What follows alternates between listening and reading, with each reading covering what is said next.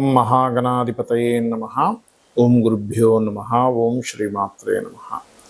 అరుణాం కరుణాతరంగితాక్షీం ధృతపాశాంకుశపుష్పబాణచాపాం అనిమాదిభిరావృతాం మయూకైః అహమిత్యేవ విభావయే భవానీం. శ్రీమాత్రే నమః. ప్రేక్షకులకి ఆ లలితాంబిక అమ్మవారి యొక్క అనుగ్రహం పరిపూర్ణంగా కలగాలని మనస్ఫూర్తిగా కోరుకుంటూ, మనం ఈరోజు వివాహము తర్వాత వాళ్ళ యొక్క లైఫ్ స్టైల్ చాలా మార్పులు వస్తాయండి. వివాహ జీవిత భాగస్వామి గనక మంచి వ్యక్తి వస్తే వాళ్ళ యొక్క జీవితం 90% మారిపోతుంది పాజిటివ్గా. అదే సరైన వ్యక్తి రాకపోతే 99%, 90 నుంచి 99% కూడా కావచ్చు, ఒక్కోసారి నెగిటివ్లోకి వెళ్ళిపోతుంది. మరి వివాహం తర్వాత కొన్ని సంఘటనలు వాళ్ళలో ఇవాళ రేపు మనం చూస్తున్నాం. భార్యని భర్త చంపేయడం, భర్తను భార్య చంపేయడం, చాలా సంఘటనలు ఈ మధ్య మరి ఈ నెల అయితే ఎక్కువగా చూసాం. మరి మీకు కలిసి రావాలి, మ్యారేజ్ తర్వాత ఎటువంటి ఇబ్బందులు కలగకుండా ఉండాలంటే ఏం చేయాలి, అసలు ఎటువంటి కాంబినేషన్ ఉంటే ఎటువంటి లగ్నం వారికి వివాహ సంబంధంగా బాగుంటుంది, బాగోకపోతే ఏ పరిహారాలు చేసుకోవాలి అనేటువంటి విషయాలు ఇప్పుడు మనం తెలుసుకుందాం.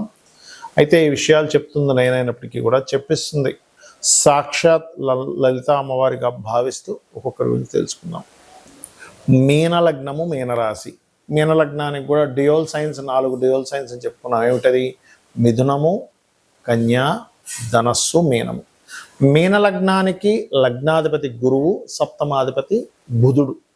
బుధ గురువులు ఏంటంటే గురు శిష్యుల సంబంధం అనమాట. బుధ గురువులు అంటే వీళ్ళకి ఎలా ఉంటుందంటే, వీళ్ళకి బుధుడు గురువు బాగున్నాడు అంటే అసలు చక్కగా వీళ్ళు ఒకరికొకరు ఈ నాలెడ్జ్ నీకు తెలుసా, ఇది ఇట్లా చేస్తే బాగుంటుంది తెలుసా, ఇవి ఎక్కువగా ఉంటాయండి. ఈ 4 లగ్నాలకి కూడా ఈ సంబంధం బాగుంది, బుధుడు గురువు బాగున్నాడు చాలు, మీనలగ్నానికి స్పెసిఫిక్గా. అయితే ఇక్కడ మీనలగ్నం వారు లగ్న సప్తమాధిపతుల్లో ముఖ్యంగా మనం తీసుకోవాల్సిన సప్తమ స్థానము. సప్తమాధిపతి కనుక బాగున్నాడు, మీకు పెద్ద పెద్ద ల్యాండ్స్ కొనేస్తారు, తోటలు అంటారు, పొలాలు అంటారు, కొనేస్తారండి, విపరీతంగా ఉంటారు మ్యారేజ్ తర్వాత నుంచి. అలాగే వివాహ జీవిత భాగస్వామికి కూడా మీరు చేసే వ్యాపారాలలో ఖచ్చితంగా తను సపోర్ట్ చేస్తుంది. తను సపోర్ట్ చేయడం వల్ల బుధుడు బాగుంటే మీకు వ్యాపార అభివృద్ధి కూడా చక్కగా పెరుగుతుంది. ఇది బుధగ్రహం బాగుంటాయి. బట్ ఇది జీవిత భాగస్వామి ఎలా ఉంటుంది ఏమిటని చెప్పేటువంటిది బిజినెస్ మంచి తెలివితేటలు ఉన్న వాళ్ళు వస్తారు 99% ఆఫ్ కేసెస్లో. ఎక్కడో బుధుడు పాడైతే వీళ్ళకి ఎడ్యుకేషన్ బ్రేక్ అవ్వడము, జీవిత భాగస్వామి సరైనటువంటి పర్సన్ రాకపోవడం, ఇటువంటివి ఎదుర్కొంటారు. కానీ ఇక్కడ మీరు అర్థం చేసుకోవాల్సింది, ఈ యొక్క బుధుడు ఒక ఎత్తు అయితే శని, ప్రధానంగా శని అండి. ఇక్కడ 12వ ఆధిపత్యానికి 11వ ఆధిపత్యం కూడా వచ్చింది. అంటే ఏమిటి? ఆఫ్టర్ మ్యారేజ్ తర్వాత సాటర్న్ కనుక బాగుంటే బిజినెస్లో అద్భుతమైన స్టేజ్కి వెళ్ళిపోతారు. సో మీరు ఇక్కడ చెక్ చేసుకోవాల్సింది 12th లార్డ్ అయిన శని ఎలా ఉన్నాడు, 12th లార్డ్ అయినటువంటి శని ఏ గ్రహంతో, ఏ నక్షత్రంలో, ఏ రాసుల్లో, అది అగ్నితత్వ రాశ, జలతత్వ రాశ, భూతత్వ రాశ, వాయుతత్వ రాశ, చిరరాశ, స్థిరరాశ, దిస్వభావ రాశ. దీనివల్ల మీకు సెకండ్ మ్యారేజ్ అవుతుందా, వివాహం తర్వాత ఎటువంటి కండిషన్లోకి వెళ్ళి అద్భుతమైన స్టేజ్కి వెళ్తారు అనేటువంటిది మీకు నిర్ధారించేది శని. కాబట్టి అది ఏమాత్రం పాపగ్రహాలతో ఉంటే మీరు దానికి సంబంధించిన రెమెడీ చేసుకోండి, ఖచ్చితంగా మీకు లైఫ్ అనేటువంటిది బాగుంటుంది.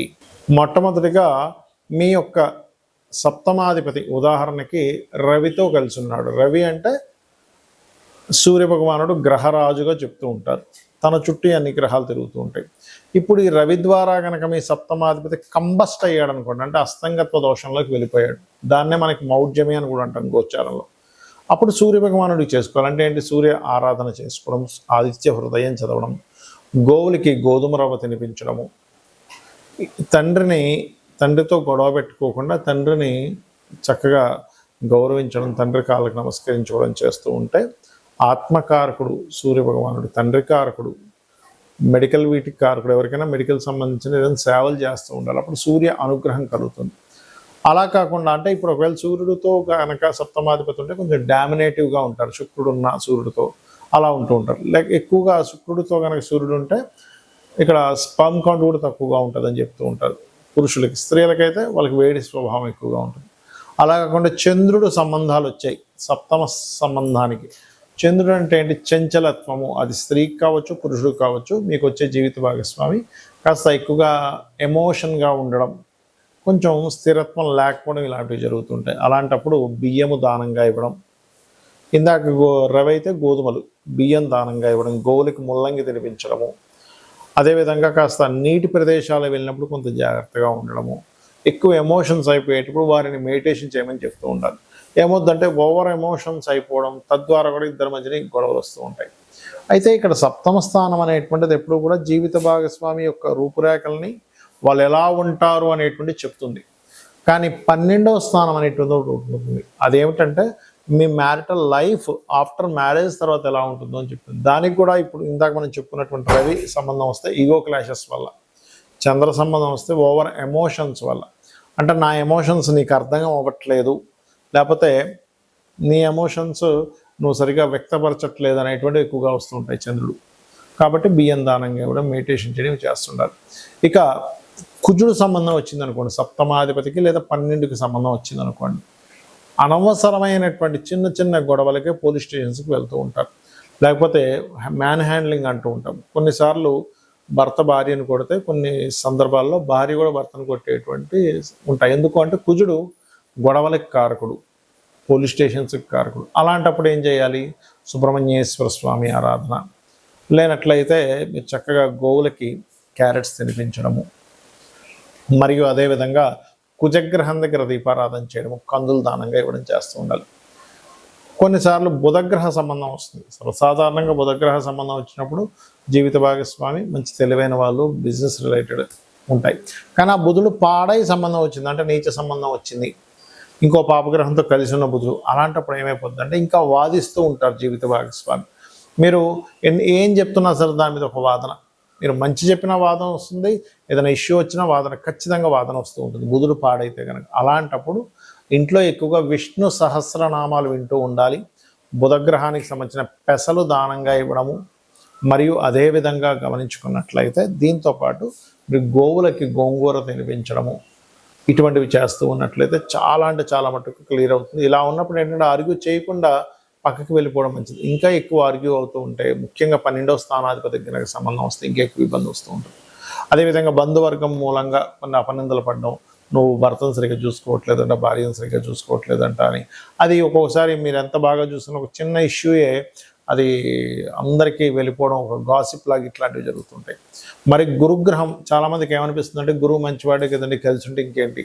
కానీ మీ లగ్నానికి పాపి అయి సప్తమాధిపతితోనో 12తోనో లేదా సప్తమ పోర్ట్ఫోలియోతోనో 12వ పోర్ట్ఫోలియోతో కనుక కనెక్ట్ అయ్యి పాప అయితే కనుక అప్పుడు జరిగేది ఏమిటంటే, చూడ్డానికి బయటకు కొన్నిసార్లు కొంతమంది బాగా ధర్మంగా ఉన్నారనిపిస్తుంది, కానీ వాళ్ళు కొన్ని అధర్మపరమైనటువంటి పనులు చేయడం వల్ల, ఎథిక్స్ లేకుండా చేసిన పనుల వల్ల ఇద్దరి మధ్యన విభేదాలు వస్తూ ఉంటాయి.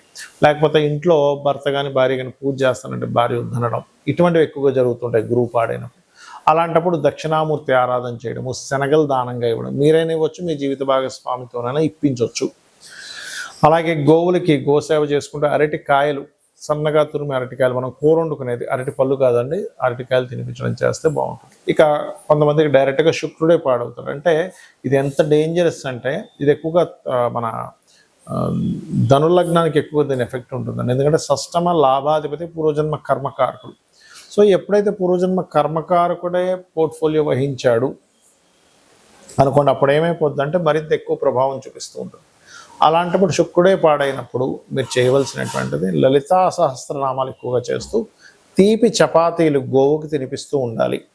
దీంతోపాటు శుక్రవారాలు ప్రధానంగా అమ్మవారి ఆలయాలకు వెళ్ళడం చేస్తున్నట్లయితే ఖచ్చితంగా మీకు ఈ యొక్క ప్రభావం అనేటువంటిది తగ్గుతుంది.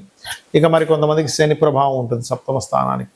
అలాంటప్పుడు ఏమవుతుందంటే లేట్ మ్యారేజెస్ అవ్వడం, ఎప్పుడు ఏదో ఒక నిందలు పడ్డం వివాహం తర్వాత, అదేవిధంగా వివాహం తర్వాత చాలా విషయాలు లేట్ అవ్వడం జరుగుతుంటుంది. అలాంటప్పుడు ఏమీ కంగారు పడకుండా మీరు చక్కగా నువ్వులు దానంగా ఇవ్వడము, గోవులకి బెల్లం తినిపించడం, ఇట్లా చేస్తుంటారు. ఇక రాహుకేతువుల ప్రభావం వస్తే ముఖ్యంగా రాహు ఇల్యూజన్కి, ఇమాజినేషన్కి కారణం. వచ్చేటువంటి వారు ఎక్స్పెక్టేషన్స్ ఎక్కువ పెట్టుకుంటారు. కాబట్టి రాహు ప్రభావం ఉన్నప్పుడు దుర్గా ఆరాధన చేయడం, మినుములు దానంగా ఇవ్వడం చేస్తూ ఉండాలి. కేతు ప్రభావం ఉంటే కాస్త సెపరేషన్, అప్పుడప్పుడు దూరంగా ఉండడం జరుగుతుంటుంది. దాన్ని అర్థం చేసుకోవాలి. చాలామంది ఏమంటారంటే నేను దూరంగా ఉండను అంటున్నప్పుడు అదేమవుతుంది, దూరంగా ఉండే యోగాలు భార్యాభర్తల మధ్యన వచ్చినప్పుడు వీళ్ళు కొంతకాలం దూరంగా పెడుతూ ఉండాలి. అందుకే మనకు చూడండి ఆషాఢ మాసంలో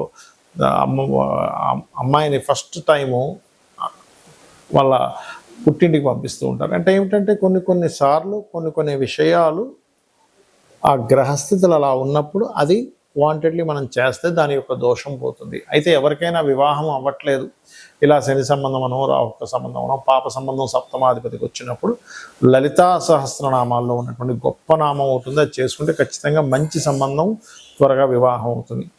ఓం కామేశబద్ధ మాంగళ్య సూత్ర శోభిత కందరాయ నమః.